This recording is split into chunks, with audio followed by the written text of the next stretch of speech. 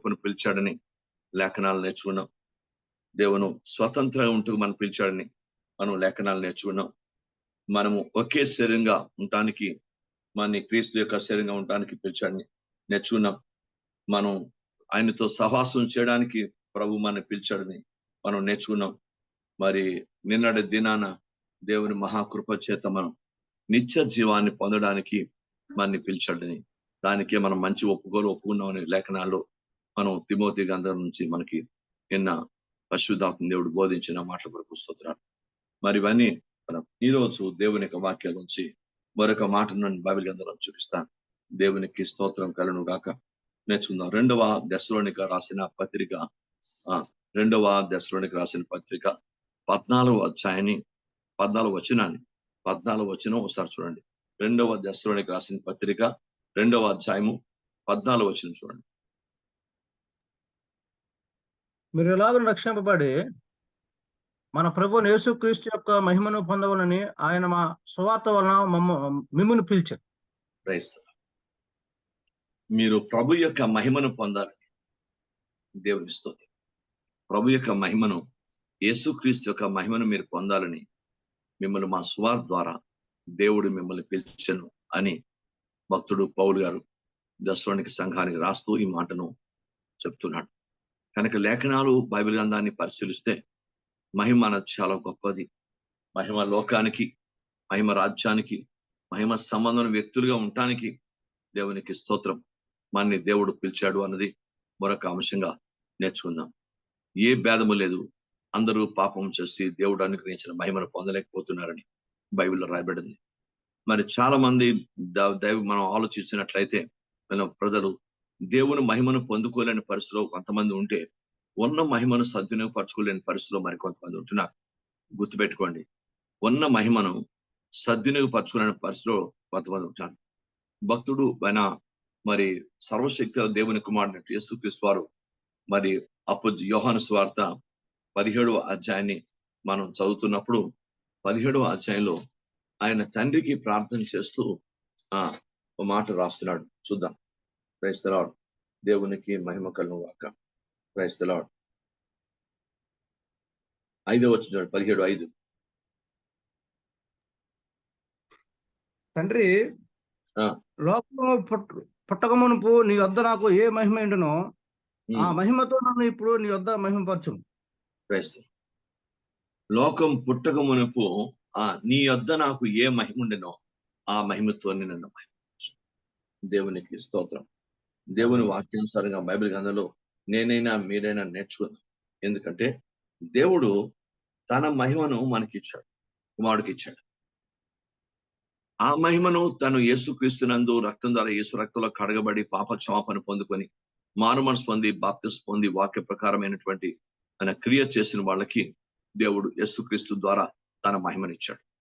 ఇప్పుడు మనం అందరం కూడా దేవుని వాక్యాన్ని బట్టి యేసు రక్తంలో కడగబడి పాప క్షమాపణ పొందుకొని మరి దేవుని బిడ్డలుగా బాప్తిస్మం పొందుకున్నాం కనుక మనము దేవుని మహిమను కలిగి ఉన్నవారు. ఈ మహిమను మన జీవితంలో కడ వరకు కాపాడుకోవాలి. మహిమ మన జీవితంలో సంపూర్ణంగా నింబడిపై ఉండిపోవాలి. దేవునికి స్తోత్రం. కనుక బైబిల్ గ్రంథంలో ఉంది. మనం మీకు రోమా 8:29 మన మూలవాక్యంగా మనం ఎప్పుడు చెప్తుంటాం. ఆ 8:29లో ఎవరిని నిర్ణయించాడో వారిని పిలిచాడు, ఎవరిని పిలిచాడో వారిని నీతిమంతులు చేశాడు, ఎవరిని నీతిమంతులు చేశాడో వారిని మహిమపరిచాడు. దేవుడు మనల్ని మహిమపరిచినంత వరకు కూడా మనం మహిమను కాపాడు. ఆయన మనల్ని మహిమపరిచినంత వరకు కూడా జాగ్రత్తగా గమనించండి. మన మహిమను, మనకు దేవుడిచ్చిన మహిమను మనం కాపాడుకోవాలి. దేవునికి స్తోత్రం. Praise the Lord. కనుక దేవునికి అది మహిమ అన్నది ఒక క్రియల్లో, అంటే ఏదో అది వస్తువు కాదు, అది కేవలం మాటనే కాదు. దేవునికి స్తోత్రం. బైబిల్ గ్రంథంలో మహిమను ఎక్కడ చూపించాడు దేవుడు? తన మోషేకి అడుగుతున్నాడు. మోషే అడిగాడు, తండ్రి నీ మహిమను నాకు కనపరచువా అని అడిగాడు. నిర్గమకాండం ఉంటది. అప్పుడు నా మంచితనం అంతయు నీ ఎదుట నేను కనపరుస్తాను. అంటే మంచితనానికి మహిమకి సంబంధం. దేవునికి స్తోత్రం కలుగాక. అంటే దైవ దృష్టికి యోగ్యమైనటువంటి, నిన్నే చెప్పాను, దైవ దృష్టికి యోగ్యమైన మంచితనాన్ని కలిగి ఉంటే దేవుని మహిమ సంబంధమైన వ్యక్తిగా నువ్వు ఉండటానికి అవకాశం ఉంటుందని అన్ని లేఖనాల్లో మనం నేర్చుకున్నాం. కనుక దైవ సంబంధమైనటువంటి మంచితనం మన దగ్గర ఉండి తీరాలి. దేవునికి స్తోత్రం. అంటే దేవుడు చెప్పాడు, నా మంచితనము నీ ఎదుటిని ఎప్పుడూ కనపరుస్తా, నా మంచితనం అంతయు నీ ఎదుట కనపరుస్తా. దేవునికి స్తోత్రం. అంటే ఎక్కడ ఏ విధమైన మేళ్లు చేశాడు, ఎన్ని అద్భుతాలు చేశాడు, ఎంత అభిషేకించాడు, ఎలా వాడుకున్నాడు, ఇవన్నిట్లో మంచితనం ఉంది. ఆయన వాడుకోవడంలో మంచితనం ఉంది, ఈవులలో మేళ్లు అనుకరిస్తూ మంచితనం ఉంది, ఆయన ఆశీర్వాదాలతో నింపడం ఉంది, ఆయన శక్తిని అభిషేకాన్ని ఇచ్చుట్లో మంచితనం ఉంది. అన్ని విధాల దేవుడు తన మంచితనము మోషే ఎదురు కనపరుస్తూ ఉన్నాడు. Praise lord. 40 సంవత్సరాల అరణ్య యాత్రలో కూడా దేవుడు తన మహిమను కనపరుస్తూనే ఉన్నాడు మోషేకి. దేవుని స్తోత్రం. దేవుడు బైబిల్ గ్రంథంలో మనం పరిశీలించినప్పుడు కనుక దైవ వాక్యంలో రాయబడిన సత్యం ఏంటంటే, నేనైనా మీరైనా మన జీవితాల్ని నేర్చుకున్నప్పుడు ఆయన మహిమంతా దేవుడు మంచితనంలో తను కనపరుస్తూ వచ్చాడు. Praise lord. బైబిల్ గ్రంథంలో ఆయన ప్రార్థన చేస్తే తెగులు ఆగిపోయింది, ఆయన ప్రార్థన చేస్తే తెగులు ప్రారంభమైంది. Praise Lord. ఆ మంచితనాన్ని ఆయన ఎదుట కనపరిచాడు. దేవుడు వారికి మన్నానిమ్మంటే మన్నాన్ని ఇచ్చాడు, వారికి ఏది కావాలంటే, నీళ్లు లేవంటే నీళ్లు ఇచ్చాడు. ఏది తన మంచితనాన్ని ఎప్పుడు తన ప్రార్థన ఆలకించడం ద్వారా, తనకు సహాయం చేయడం ద్వారా, తనని కాపాడి నడిపిస్తున్న ద్వారా, ఈవెన్ తన మాట చొప్పున ఇశ్రాయేలును క్షమించడం ద్వారా, అన్ని విధాల దేవుడు తన మంచితనాన్ని ఎప్పుడు కనపరుస్తూనే ఉన్నాడు మోషే ఎదుట. కనుక బైబిల్ గ్రంథం చెప్తుంది, ఇలాగే మన జీవితంలో కూడా తన మంచితనాన్ని మనకు చూపిస్తూనే ఉన్నాడు ప్రభు. అనేక అద్భుతాలు, అనేక ఆశ్చర్యకర మేళ్లు మనం ఎన్నో విధాల మన జీవితాల్లో కనపరుస్తూనే ఉన్నాడు ప్రభువారు. జాగ్రత్తగా గమనిస్తే ఆయన మంచితనాన్ని మనకు కనపరుస్తూనే ఉన్నాడు. కానీ మనమే ఆయన మంచితనాన్ని సరిగా అర్థం చేసుకోలేకపోతున్నామేమో, ఇంకా ఆయనకు అనుకూలమైన మనం ఎదగలేకపోతున్నామో, ఇంకా ఆయనకి ఇష్టమైన కార్యాలు, ఆయనకి ఇష్టమైన పనులు, ఆయన చిత్తానుసారమైనటువంటి విషయాలు మనం ఇంకా నేర్చుకొని ప్రభుకి మహిమకరంగా ఉండలేకపోతున్నామేమో అని ఎవరి మట్టు వాడు అర్థం చేసుకొని మనం ప్రభువుకు అనుకూలంగా జీవించే విధానాన్ని నేర్చుకోవాలని పరిశుద్ధాత్మ తండ్రి నన్ను మిమ్మల్ని కోరుతున్నాడు. కనుక నేను మీరు కూడా నేర్చుకుందాం. ప్రభా, నిన్ను మహింపరచాలి. ఉదాహరణకి మనం 1 కొరింథీ 6:20 చదవండి. 1 కొరింథీ 6:20. విలువ పెట్టి మీరు మీ సొత్తు కారు, విలువ పెట్టి కొనబడిన వారు కనుక మీ దేహంతో దేవుణ్ణి మహిమపరచండి. క్రైస్తవం ఈ శరీరంలో బతికినంత కాలం కూడా ఈ శరీరం ప్రభుదే. ఈ శరీరం ఎవరు నిర్మించలేదు. మన తల్లి గర్భాన మన శరీరం నిర్మించిందే దేవుడు.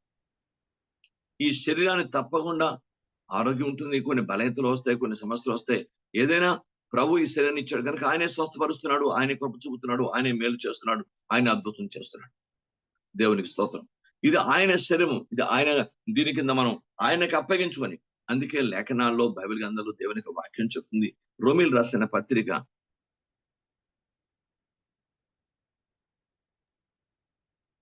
6వ అధ్యాయము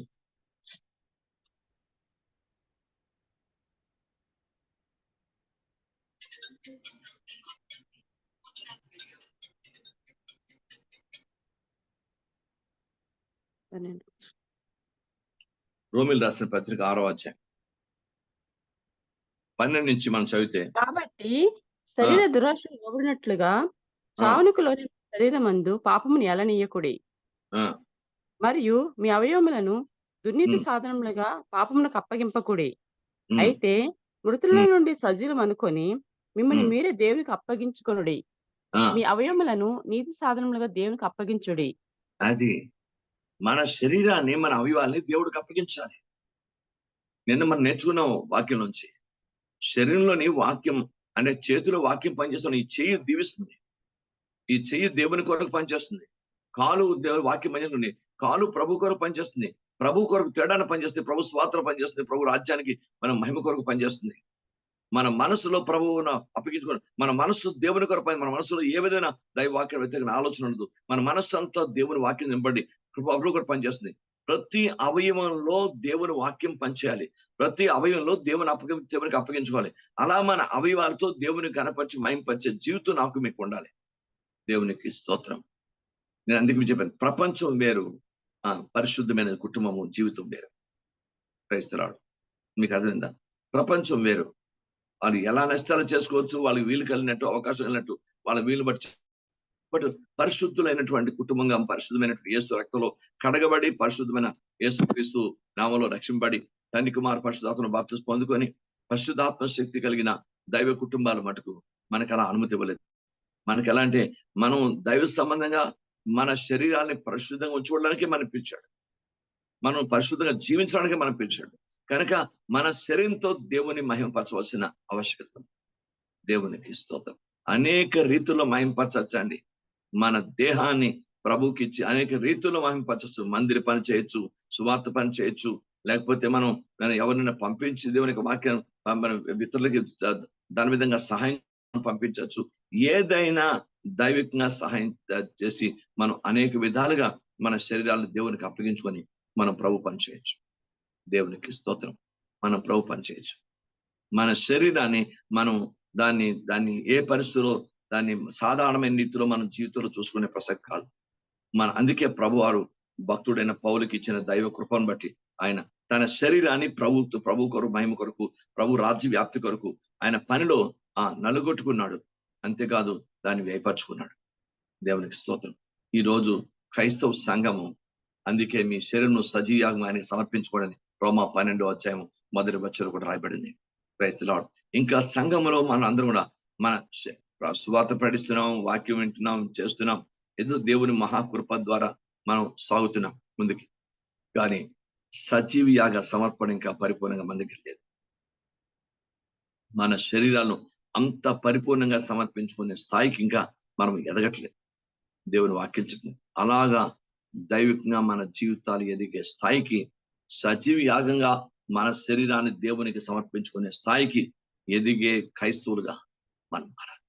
ఎందుకంటే అపోస్తలులు కానివ్వండి, భక్తుడైన పౌలు గారు కానివ్వండి, ఆయన ద్వారా ఏర్పరచబడిన శిష్యులు కానివ్వండి, ఇలా చాలా మంది తమ శరీరాలను దేవునికి సమర్పించుకుని వాళ్ళ బతికినంత కాలం ఆ శరీరాన్ని ప్రభు కొరకే వాళ్ళు పనిచేస్తారు, ప్రభు కొరకు వ్యయపరిచారు. అందుకు రావాల్సిన దైవిక సంబంధమైన ఆశీర్వాదాలన్నీ కూడా వాళ్ళు పొందుకున్నట్టు మనం లేఖన ప్రకారం చూస్తాం. మోషే కాలు సత్తు తగ్గలే, కంటి చూపు తగ్గలే. 40 సంవత్సరాలు నడిచాడు. 40 సంవత్సరాలు దేవుని కొరకు తన కాళ్ళు చేతుల్ని, తన శరీరాన్ని అప్పగించుకున్నాడు. ఆయన ఒక పక్క ఇశ్రాయేల్ మెంటల్ గా తను వర్రీ చేసేవాళ్ళు, శోధించేవాళ్ళు, తను రకరకాల బాధలు పెట్టారు ఆయన ఇశ్రాయేల్ మోషని. అయినా కూడా దేవుని పాదాలు పట్టుకొని ప్రార్థించి ఆయన కన్నీటితో దేవుని సన్నిధిలో వెలుగుతూ మెలుగుతూ దైవ చిత్తాన్ని జరిగిస్తూ ఆయన పగలు మేఘస్తంభ సహాయంతో, రాత్రి అగ్నిస్తంభ సహాయంతో ఇశ్రాయేల్ కాల్బలాన్ని నడిపించినట్టు లేఖనాలు మనకి స్పష్టపరుస్తున్నాయి. కనుక నేనైనా మీరైనా నేర్చుకుందాం, తండ్రి పాదాల దగ్గర నేర్చుకుందాం. ప్రభా దయచేసి మా శరీరాలను మీకు అప్పగించుకోవాలి. ఇంకో మాట కూడా మనం నేర్చుకుందాం. రోమిలు రాసిన పత్రికలోనే 6వ అధ్యాయంలోనే మనకి 16 నుంచి 19 వచనాలు సార్ చూడండి. రోమా లోబడటకు దేనికి మిమ్మల్ని మీరు దాసులుగా అప్పగించుకుందరో అది చావు నిమిత్తముగా పాపమునికే గాని, నీతి నిమిత్తముగా విధేయతకే గాని దేనికి మీరు లోబడదురో దానికే దాసులగుతారని మీరు ఎరుగురా. మీరు పాపమునకు దాసులై ఇంటిరు గాని ఏ ఉపదేశ క్రమమునకు మీరు అప్పగింపబెడతారో దానికి హృదయపూర్వకంగా లోబడిన వారే పాపం నుండి విమోచింపబడి నీతికి దాసులైతే ఇందుకు దేవునికి స్తోత్రం. అది దేవునికి స్తోత్రం. ఎందుకంటే ఎవరు పాపానికి దాసులు కావద్దు. ఇంకా ఖచ్చితంగా లేఖనాలు రాయబడాలంటే 1 కొరింథీ 7:23 ఇంకా స్పష్టంగా రాయబడి చూడండి. 1 కొరింథీ 7:23 మీరు విలువ పెట్టి కొనబడిన వారు కనుక మనుషులకు దాసులు కాకుడి. మీరు మనుషులకు దాసులు కావద్దు, దేవునికి దాసులు కావద్దు. మీరు పాపానికి దాసులు కావద్దు, మనుషులకు దాసులు కావద్దు, లోకానికి దాసులు కావద్దు, సాతానికి దాసులు కావద్దు. మీరు నీతికి దాసులు కావాలి, దేవునికి దాసులు కావాలి. అప్పుడే మన జీవితం అద్భుతంగా దీవించబడదు. దేవునికి స్తోత్రాలు కలుగును కాక. హల్లెలూయా. నేనైనా మీరైనా నేర్చుకుందాం. తండ్రి నీ పాదాల దగ్గర మేము మనుషులకు దాసులం కాకూడదు, శరీరానికి దాసులం కాకూడదు, సాతానికి దాసులు కాకూడదు, పాపానికి దాసులు కాకూడదు, అలవాటు దాసులు కాకూడదు, మన సొంత ఆలోచన విధానం దాసులు కాకూడదు. దేవునికి మాత్రమే, వాక్యానికి మాత్రమే, పరిశుద్ధాత్మకు మాత్రమే దాసులై ఉండి దైవ చిత్తం నెరవేర్చి నేను మహింపరచగలిగినటువంటి జీవితాన్ని మనకిమ్మని ప్రభు సన్నిధిలో ప్రార్థించబద్దులుగా మనం ఉన్నాం. ఎందుకంటే సంసోను శరీరానికి దాసుడైపోయాడు, ఒక స్త్రీకి దాసుడైపోయాడు, తన దేవుని చిత్తాన్ని కోల్పోయాడు. బైబిల్ గ్రంథంలో యేషావు శరీరానికి దాసుడైపోయాడు, దైవ చిత్తాన్ని కోల్పోయాడు. బైబిల్ గ్రంథంలో ఇస్కరియోతు యూదా డబ్బుకు దాసుడైపోయాడు, తన జీవితాన్ని కోల్పోయాడు, తన ఆత్మను కోల్పోయాడు. ఇలా బైబిల్ గ్రంథంలో ఉన్నటువంటి ఇశ్రాయేల్ రాజులు, యూదా రాజులు, ఎంతో మంది భక్తులు అనబడిన వారు సైతం కూడా వాళ్ళు దైవ చిత్తాన్ని వ్యతిరేకమైన వాటికి వారి దాసరికంగా అయిపోయినట్టు లేఖనాలు చెప్తున్నాయి. కనుక నేను మీరు కూడా నేర్చుకుందాం. మన దేవుడు తనకు దాసులుగా ఉండటానికి పిలిచాడు. ఎందుకంటే మీరు దేవుని దాసులుగానే మనం ఉండాలి. మన జీవిత కాలం అంతా నేను మీరు కూడా మన ప్రాణాత్మశాలు ఆయనకి అప్పగించుకొని ఆయన దాసరికంలోనే ఆయన దైవ చిత్తంలోనే జీవించే ధన్యతగా కలిగిన జీవితం నాకు మీకు ఉండాలని పరిశుద్ధాత్మ తండ్రి మనల్ని కోరుతున్నాడు. కనుక బైబిల్ గాని చెప్తుంది, మీరు ప్రభువుని మహింపరచడానికే మీరున్నారు. ఇంకా మంచి మాట మీకు చెప్తాను. లేఖనంలో కీర్తనల గ్రంథము 73:24 చదవండి. కీర్తనల గ్రంథము 73:24. నీ ఆలోచన చేత నన్ను నడిపించదవు, తరువాత మహిమలు నీవు నన్ను చేర్చుకొందువు. దేవుని ఆలోచన చొప్పున నడిపించబడితే, దేవుని ఆలోచన చొప్పున జీవించగలిగితే, దేవుని ఆలోచన చొప్పున మనం నడవగలిగితే ఖచ్చితంగా దేవుని మహిమలోకి దేవుడు చేర్చుకుంటాడు. దేవుని స్తోత్రం. యేసుక్రీస్తు వారు తన చిత్తాన్ని, తన ఇష్టాన్ని ప్రక్కన పెట్టి తండ్రి ఇష్టానికి, తండ్రి చిత్తానికి ప్రాధాన్యత ఇచ్చాడు. కనుక దేవుని చేత మహిమపరచబడిన దేవుని కుమారుడుగా అతడు అద్భుతమైన ఆశీర్వాదం పొంది దైవ రాజ్యంలో తండ్రి కుండి కూడి పార్శ్వాన కూర్చున్నట్టు లేఖనాలు స్పష్టపరుస్తున్నాయి. కనుక దేవుని కార్యం ఏంటి? అతడు మనిషి కుమారుడు, మన దేహంతోనే, మాంసారిక దేహంతోనే ఉన్నాడు. కానీ అతడు ఎక్కడ పాపం చేయకుండా జాగ్రత్త పడి దేవునికి అప్పగించుకొని దైవ వాక్యానుసారంగా, దైవ చిత్తానుసారంగా, తండ్రి చిత్తానికి ఎక్కువగా ప్రాధాన్యత ఇచ్చి అతడు దేవునికి మహిమకరంగా దేవుని మహిమను స్వతంత్రించగలిగాడు. ఈ రోజు మన జీవితం కూడా తండ్రి యొక్క, దేవుని యొక్క మహిమను స్వతంత్రించుకోగలిగిన స్థితి మనకు ఉండాలంటే బైబిల్ గారు చెప్పింది దేవుని ఆలోచన చొప్పున. యేసు ప్రభువు తండ్రిని ఆలోచన చొప్పును నడిపించదు, తర్వాత నీ మహిమలో నన్ను చేర్చుకుందాం. దేవుని ఆలోచనలు మన పట్ల చాలా అద్భుతంగా ఉంటాయి. దేవునికి స్తోత్రాలు కలుగును గాక. మీరు బైబిల్ గ్రంథాన్ని పరిశీలించవచ్చు. దేవునికి స్తోత్రం. మన ఆలోచనలన్నీ కూడా చాలా సాధారణం ఉంటాయి. నేను చాలా ప్రయత్నాలు చేశాను మా ఇల్లు గురించి చాలా ప్రయత్నాలు, అన్ని సెకండ్ హ్యాండ్ గా, తక్కువలోని, మనకున్న స్తోమతలోని ఏవో ఇల్లు ప్రయత్నం చేశాను. కానీ ఏ రోజు దేవుడు ఎప్పుడు కూడా ఈ సెకండ్ హ్యాండ్ ఎందుకో నాకు అనుమతించలేదు.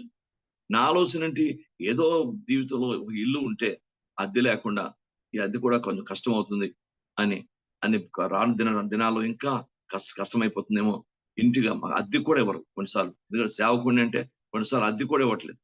అలాంటి పరిస్థితి, అలాంటి ఏదో చెప్తున్నాను అలా. కానీ దేవుడు నూతన గృహాన్ని ఇచ్చాడు. మీకు అర్థమైందా? Praise God. మీకు ఇంకా నేను ఏదైనా సాక్ష్యం మీకు చెప్పాను. నేను ప్రారంభ దినాల్లో, దేవుని సేవ ప్రారంభ దినాల్లో మా ఇంట్లో ఎవరొచ్చినా ఓ చిన్న గ్లాస్ మంచినీళ్ళు ఇచ్చి ఒక టీపాయ్ పెట్టడానికి మా దగ్గర ఏముండేది కాదు. నేను అలాంటి పేదరికంలో ఉన్నప్పుడు, ఆ సేవ ప్రారంభ దినాలవి నేను ఉన్నప్పుడు, నేను ఒక సెకండ్ హ్యాండ్ టీపాయ్ కొనుక్కుందామని సెకండ్ హ్యాండ్ దీనికి వెళ్ళాను.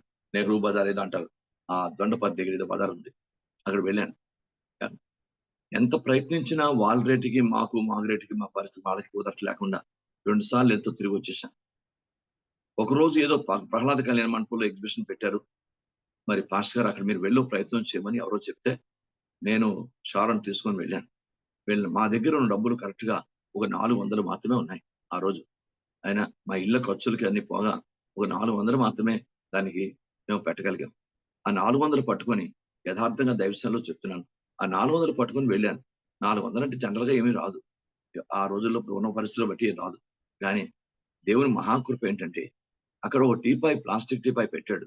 అది ఖచ్చితంగా దాని రేట్ 400. అది మా కొరకే ఉంచాడు అన్నట్టు ఉన్నది. 400 మాత్రమే. క్రైస్తవ దాన్ని మేము బేరం ఆడలేదు, బేరం ఆడటానికి కూడా ఆస్కారం లేదు.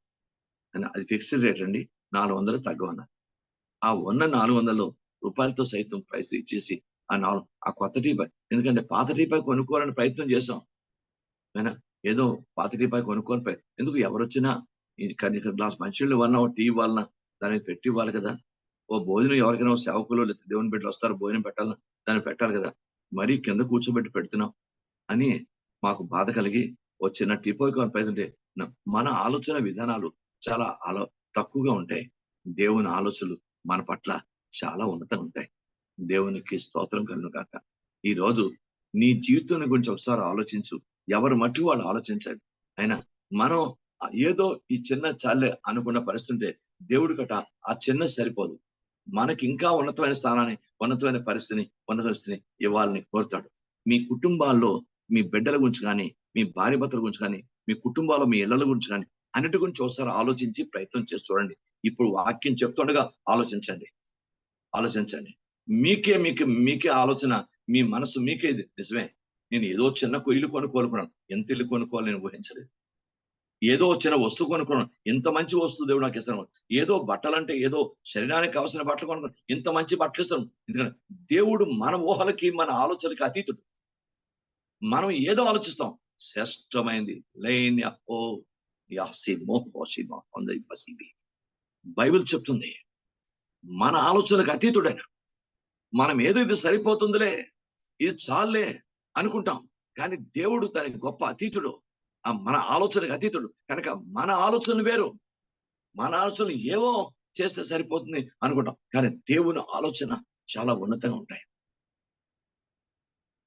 దేవుని ఆలోచనలు చాలా ఉన్నతంగా ఉంటాయి. ఎన్నోసార్లు నాకు కొడుకుంటే బాగుండేది, ఇంటి అన్నిటికీ ప్రతి చిన్నదానికి ఒకరి మీద ఆధారపడాల్సి వస్తుంది. ఆయన కొడుకుంటే బాగుండేది, ప్రతి ఆయన విషయంలో కూడా సహకరిస్తే బాగుండేది కదా అనుకునేవాడిని. అనుకుని అంటే కొంతమంది మన శ్రేయవులాసులు, మన చర్చలో లేదా ఇతరులు కూడా అన్నారు, మాస్టర్ గారు ఎందుకండి బాబు కొడుకుని కనివి నేను చాలా బాధపడతాను.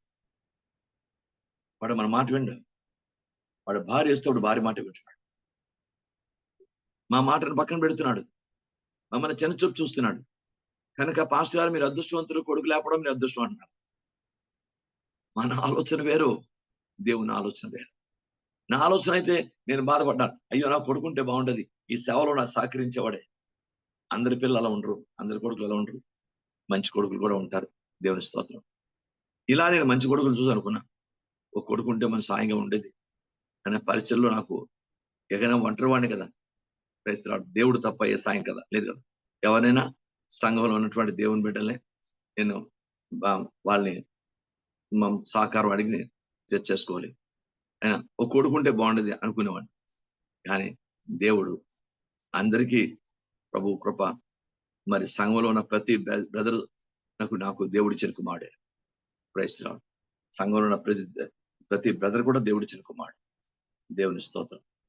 ఎందుకంటే మన ఆలోచన విధానం వేరే. దేవుని స్తోత్రం కలుగాక. మళ్ళీ ఎవరో ఆ మధ్యకాలంలో నాకు తలంపు కలిగింది, నిజమే కదా, ఇప్పుడు నేను ఎన్నో బట్టలు దేవుని మహాకృప చేత బట్టలు కొనుక్కుంటూ ఉంటాను. ఆయన కొనుక్కున్నప్పుడు ఇదే నా కొడుకుని అనుకోండి, ఒక్క షర్ట్ కూడా నేను ఇవ్వడాడు, ఆ నాకన్నా ముందు వేసుకెళ్తాడు. Praise God. మీకు అర్థమైందా? ఆయన ఈ తలంపులో ఒకసారి కొన్ని ఆలోచిస్తే మానవుడు కదండి, శరీరంలో ఉన్నాం. ఆయన నిజంగా అంటే అందుకే ఎప్పుడు ఆలోచిస్తే అవుతుంది, నిజమే కదా. ఒకవేళ దేవుడు ఒకవేళ కొడుకుంటే అతను పరిచయం చేయొచ్చు, చేయకపోవచ్చు, నాకే మూలుగా ఉండొచ్చు, నేను కొన్ని బాధ. ఇలాగా మన ఆలోచనలు విధానాలు వేరే ఉంటాయి. దేవా నీ ఆలోచన చేత నడిపించదవో నీ మహిమలో నన్ను చేర్చుకో. నీ ఆలోచన, దేవుని ఆలోచనలన్నీ చాలా మన పట్ల అద్భుతంగా, నేను మీ పట్ల ఉద్దేశించిన ఉద్దేశాలన్నీ సమాధానకరమైనవని ఇర్మియా గ్రంథం భయపడేది. అద్భుతమైన దేవుడు. మీ పట్ల నేను ఉద్దేశించిన ఉద్దేశాలన్నీ సమాధానకరమైనవే, మీరు భయపడద్దు అని దేవుడు ఇశ్రాయేలుకి సెలవిచ్చాడు. మీ పట్ల సమాధానకరమైన ఆలోచనతోనే ఉన్నాను, సమాధానకరమైన ఉద్దేశాలతోనే ఉన్నాను. దేవునికి స్తోత్రం. దేవుని ఆలోచన ఎంత గొప్పది, ఎంత గొప్పది. దేవునికి స్తోత్రం కలుగును గాక. ఎందుకంటే దేవునికి వాక్యంలో రాయబడిన సత్యం మీకు అర్థందా. ఇశ్రాయేలు 12 గోత్రాల్లో మీకు బైబిల్ గ్రంథంలో జాగ్రత్తగా మనం ఆలోచిస్తే దేవునికి వాక్యంలో నేను చాలా తక్కువ సంబంధించిన గోత్రంలో పుట్టానని సౌలు తన మాటలో ఒక దగ్గర తెలియజేస్తాడు. నేను ఎందుకు పనికిరాని వాడిని అన్నట్టు తెలియజేస్తాడు. దాన్ని కూడా ఒక దగ్గర గిచ్చోను ఎవరో ఒక దగ్గర మరొక దగ్గర కూడా ఒక ఆయన ఇలాగే అంటాడు, నేను చాలా తక్కువ దీంట్లో నేను పుట్టాను, నేను ఇశ్రాయేలు గోత్రంలోని ఎన్నిక లేనివాడిని అని బాధపడినటువంటి ఇశ్రాయేలు గోత్రాలు ఎన్నిక లేనివాడిని అని బాధపడిన సంఘటన ఉంది. క్రైస్తవుడు మీరు బైబిల్ గ్రంథంలో పరిచయం బెన్యామిన్ గోత్రం ఉంటారు లాస్ట్ లోని, చాలా లీస్ట్ ఆఖరికి మాడతాను బెన్యామిన్. బైబిల్ గ్రంథంలో చెప్తాను, దేవుడు అతన్నే మంచి స్థాయికి పైకెత్తి, అతని ఆలోచన ఏంటి? నా గోత్రంలో నేను చాలా చిన్నవాడిని, చాలా తక్కువ వాడిని, అంటే నేను ఎన్నిక లేని వాడిని అనుకుంటాడు. కానీ దేవుడు ఎంత ఉన్నతంగా అతన్ని ఉన్నతమైన విజయంతో దేవుడు అతన్ని ఆశీర్వదించాడు. ఈ రోజు మన తలంపులు, మన ఆలోచనలు మనం పక్కన పెడదాం. Praise God. మీకు అర్థమైందా? దేవుని తలంపేంటి, దేవుని ఉద్దేశం ఏంటి, దేవుని చిత్తం ఏంటి? నైనా నీ మహిమలో చేర్చబడ్డనంత వరకు కూడా ఇక్కడ నేను మీ ఉద్దేశాలు నెరవేరుస్తూ, నేను మీకు ఇష్టమైన బతుకు బతకడానికి నీకు దాసునిగా ఉంటూ, నేను దేనికి, లోకానికి, పని శరీరానికి గాని, మనుషులకు గాని, పాపానికి గాని, ఏ సాతానికి దేనికి దాసునిగా ఉండకుండా నీకు మాత్రమే దాసునిగా, దాసురాలుగా జీవించే ధన్యమైన జీవితం నాకు ఇవ్వండి ప్రభువా. ఈ అలవాటుకి దాసులం కాకూడదు.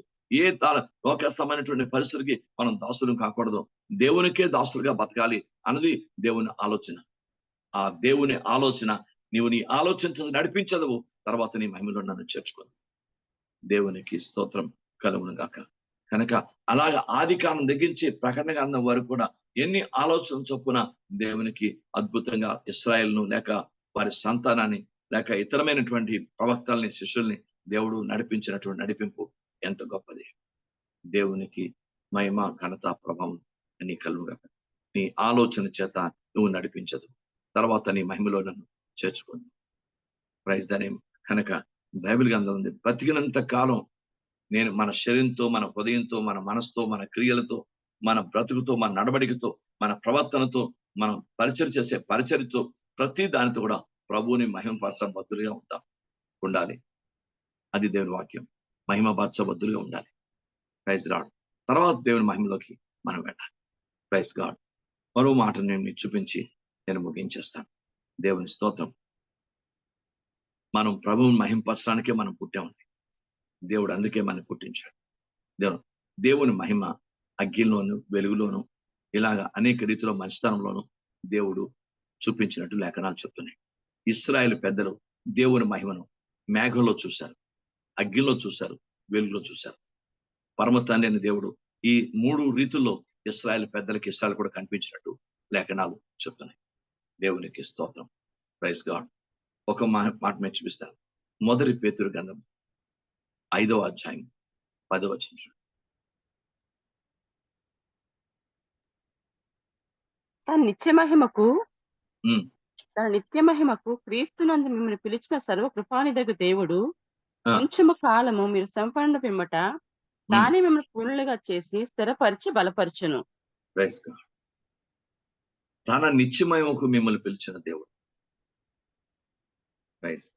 మనం దేని పిలిచాడు?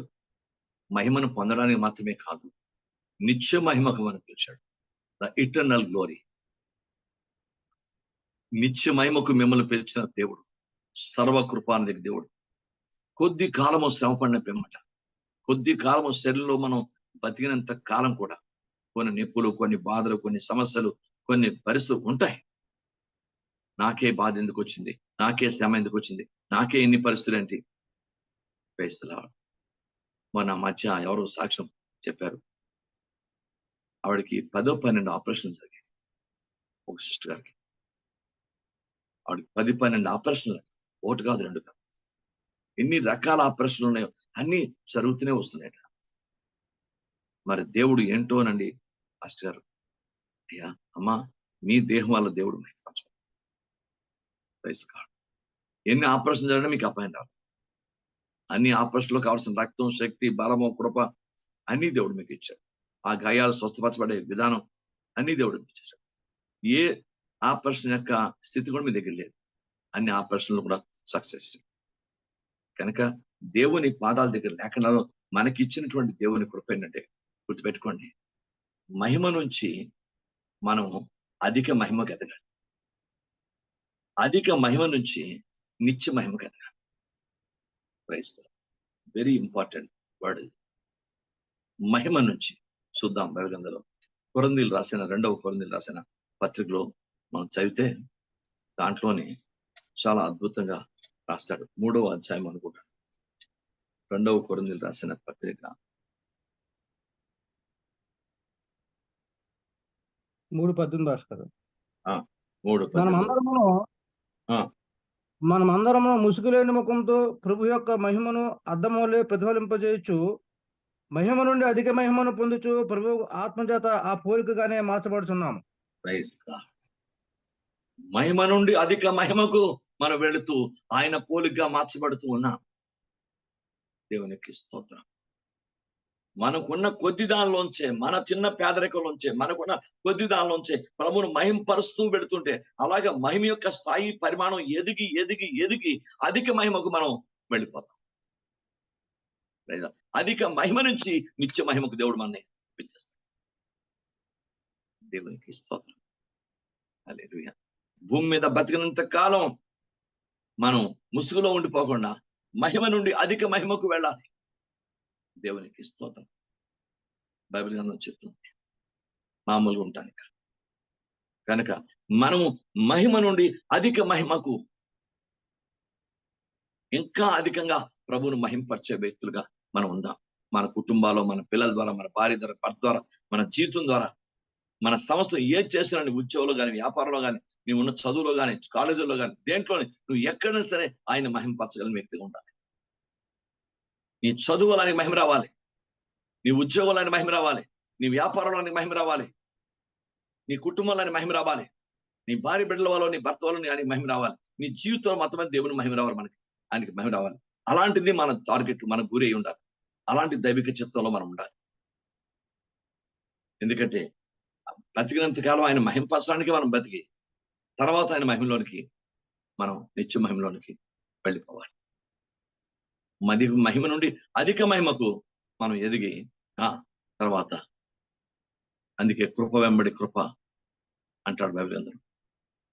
ఆయన మహిమ నుంచి అధిక మహిమకు ఎదిగి ఫలించి మనం నిత్య మహిమకు మనం పిలబడతాం. దేవుని స్తోత్రం. నిత్య మహిమ ఎంతో కొద్ది కాలము శ్రమ పడిన పిమ్మట అంటాడు. తప్పదు. భూమి మీద బతికినంత కాలం కొన్ని పరిస్థితులు తప్పదు. దేవుని స్తోత్రం. ఇక అతను సహజం.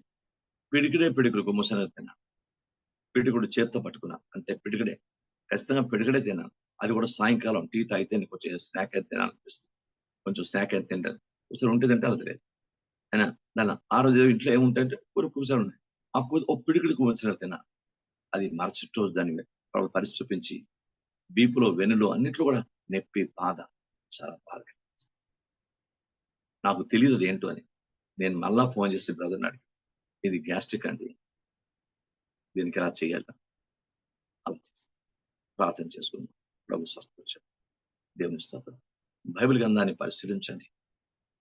మనం ఏదో అనుకుంటాం కానీ కొన్నిసార్లు మనం ఆ కొద్ది చిన్నదే మనం ఎంతో బలం.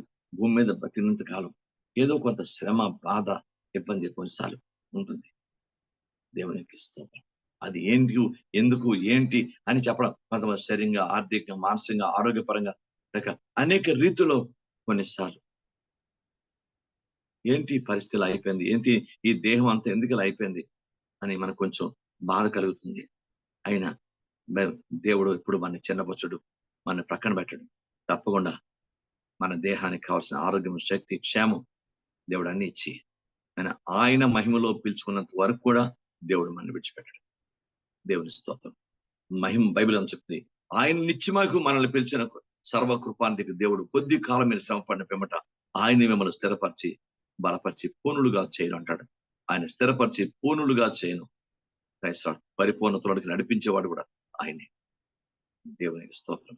కనుక మనం ఆయన పట్ల చూపించే నమ్మకత్వం, ప్రేమ, వాక్యానుసరణ, విధేయత, విశ్వాసం, తగిన పరిశుద్ధ, ఇవన్నీ ఉంటే ఆయనే మనని మహిమ నుంచి అధిక మహిమకు, అధిక మహిమ నుంచి నిత్య మహిమకు ఆయనే మనని ప్రమోట్ చేస్తాడు.